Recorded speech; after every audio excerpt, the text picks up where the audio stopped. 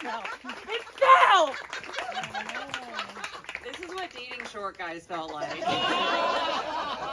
Trying to get a drink from a really low water fountain. And one more time for Michael!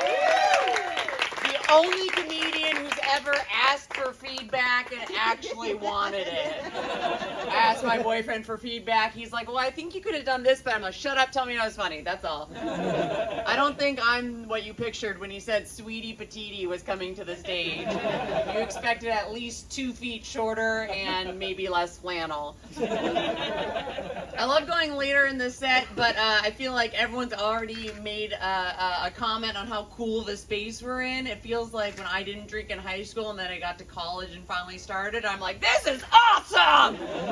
Everyone's like, yeah, we know, calm down. We're already over it. I had a hard conversation with my boyfriend this week, and it didn't go well. He doesn't know that. That's the problem with dating someone who's objectively a good guy. He's got such a blind spot to his weaknesses. Just because he doesn't hit me or cheat on me or yell at me, he's like, how can I be emotionally unavailable? I watch foreign films. Like, I guess I got a nitpick on this one. I think, you know what? I don't think guys should be able to just rest on being good guys. I'd give blood. I still think I'm a piece of shit. I'm not going around like, I'm a good person. I'm like, I didn't give platelets. I feel like a lot of guys slap that label on themselves, like when they call themselves an ally.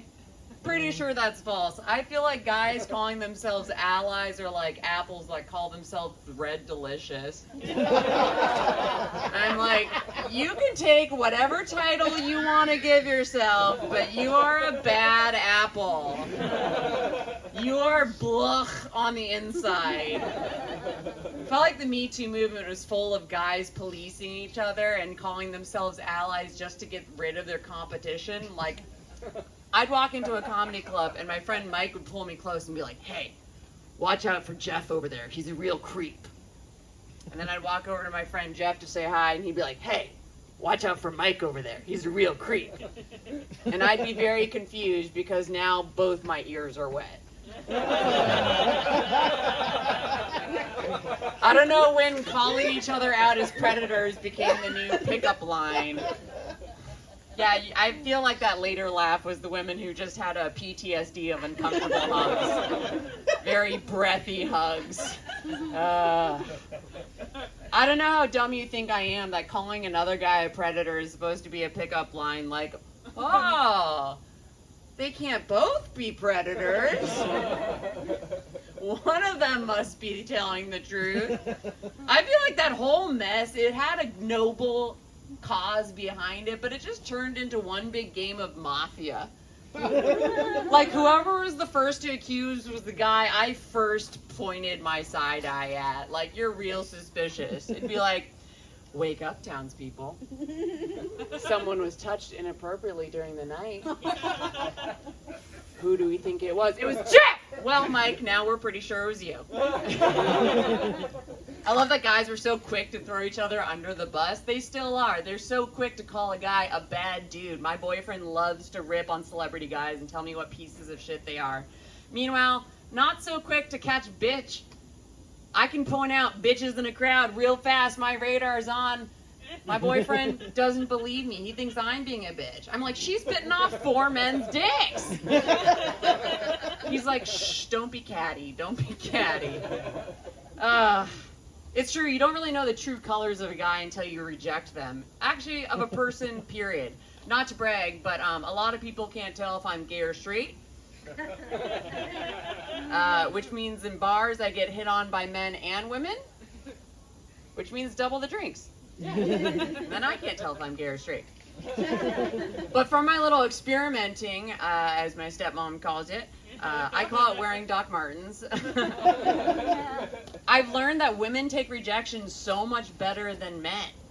Like, I turn down a woman who's hitting on me, she lets me keep the compliment. She'll be like, that's okay, gorgeous. Thanks anyway, beautiful. You have a good night. I turn down a man, he takes it back. Like, dumb bitch didn't want you anyway. Women let you go home with a party favor. Men let you go home if you're lucky. And I was trying to think, like, why women are so much better at getting rejected, and I think it's because maybe we're just used to getting 70% of what we asked for. I asked my boss for a raise. He said no. I was like, that's okay, beautiful. Thanks anyway, gorgeous. You have a good weekend. But it annoys me how my guy friends are still so stuck in the past of how to get women, how to pick them up. And I'm like, first of all, you're going about it all wrong. Stop asking out 20-year-olds. 30 and up, that's your game. They've lowered their standard. You can tell the age of a woman by the way she takes a compliment from someone she's not interested in. You try to give a compliment to a 20-year-old who's not interested, you're getting, ugh. You compliment a 30-year-old, you're getting drinks. But my guy friends are obsessed. They're like, hey, so that girl over there is real cute. I think how am I gonna go about getting her? Well, first I'm gonna nag her, I'm gonna make her feel her. Stop it, stop strategizing. I don't wanna be hunted. I don't wanna be treated like a target. They're like, well, how do you wanna be treated? And I'm like Target. Just come up like, babe, you've got everything I need. Why would I ever go anywhere else? They're like, no, you gotta undermine her self-confidence. I'm like, no, now you're treating me like Walmart. Like you're embarrassed to be seen inside of me.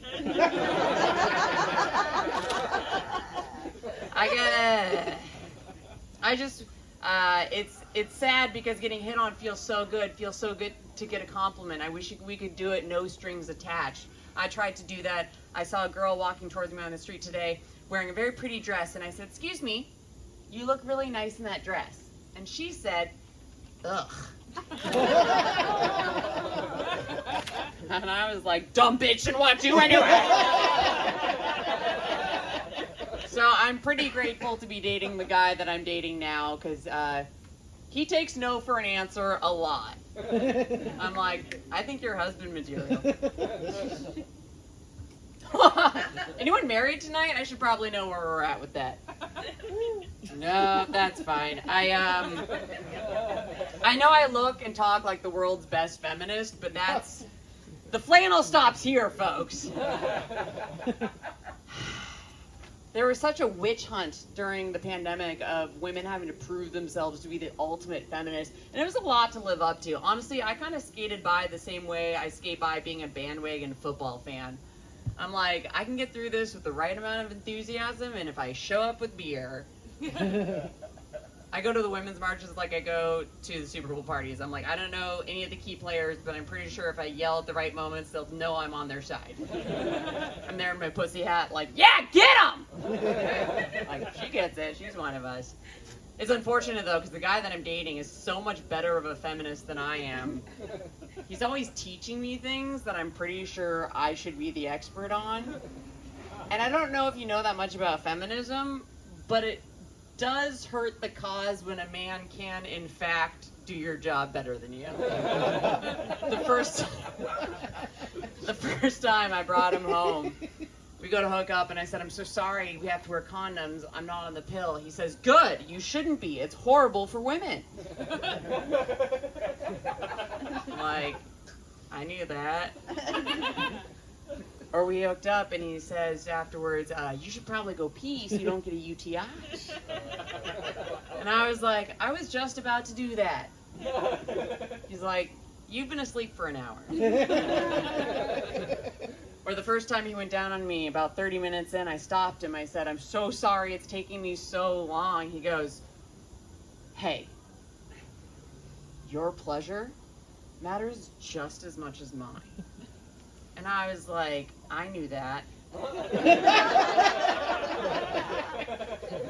Had to show them the face.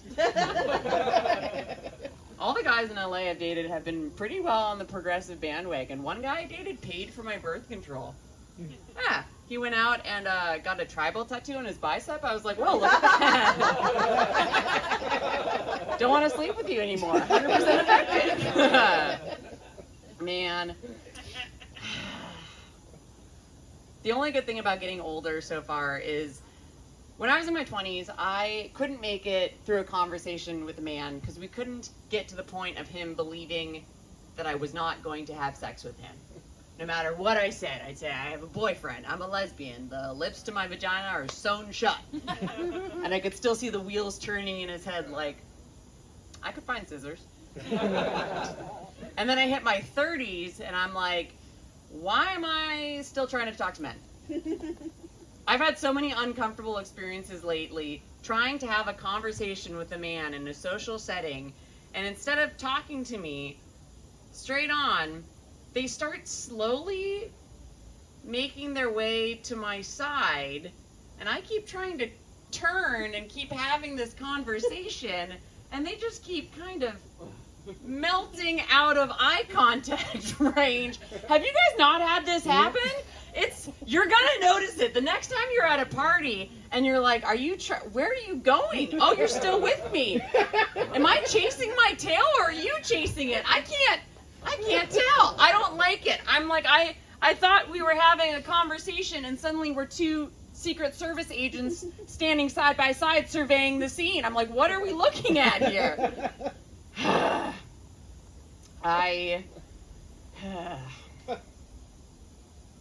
I'm sorry, I sound harsh. I know I seem mean to men. It's because I was raised a horse girl. Any other horse girls? You've got a braid close enough. You're wearing a shirt that looks like you wish you were a horse girl. And it just means we were raised differently than other girls. I was taught to believe if a man doesn't perform, you put him down.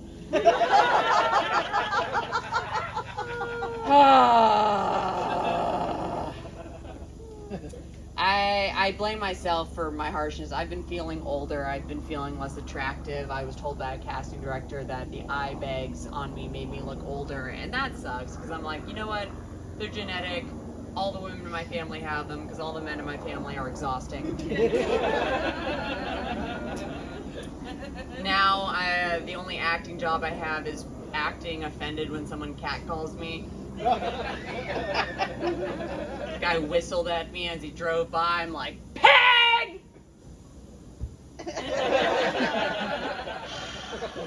I like it. I like getting catcalled. It's a boost to my self-esteem. The other day, a guy yelled at me, hey girl, shake what your mama gave you. And I was like, oh. Clinical depression's pretty hard to shake, but okay. I'm just not ready to admit defeat and be LA ugly, which is like an 8. Like there's this kid that works the front desk at my gym and everyone's always going, is Ethan gay? I can't tell. And I'm like, well, one time Ethan walked in on me changing and saw my naked body and went like this.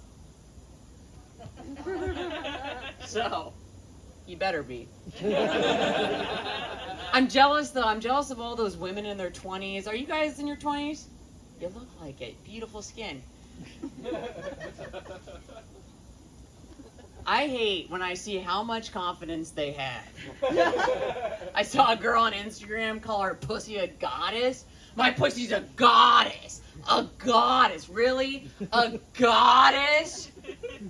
I remember being that excited about my pussy. I remember being that excited back in the day. Really, I think your pussy is less like a goddess and more like an air fryer. At first, you're like, I'm going to use this all the time. Then a couple weeks later, you forget about it. You're like, I'm going to sit on the couch and get takeout instead. That's completely useless to me now. That was for a younger me with way more energy. I think pussies are more like Play-Doh. It tells you when it's done being played with. You're like, was it always this dried out? I can't even tell what color it used to be. Hey, I'm not the gross one. There are girls on Instagram doing this trend called vabbing. Has anyone heard of this? They take themselves and dab it on like perfume. Ah! My friend Rachel is the one who told me about it. She was like, ew, gross, who wants to smell like a dead, rotten, smelly fish? I was like, you should get that checked out, Rachel. I just have a problem treating pussies like goddesses because it implies we should be treating dicks like gods. And I already treat my boyfriend's dick like a god. I ignored it except for major holidays.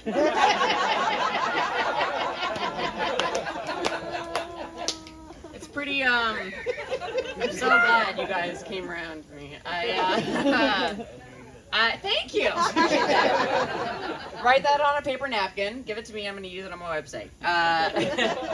I believe in my pussy. I believe in myself, but I'm also not a fan of false advertising, and I can't really sell myself to guys as having a goddess pussy when I sit too long in a swimsuit and she's out of commish for a week. That's pretty unreliable. I don't think I can put that on the market without feeling a little bit of shame. I think I'd feel a little bit better if I just called it my dick.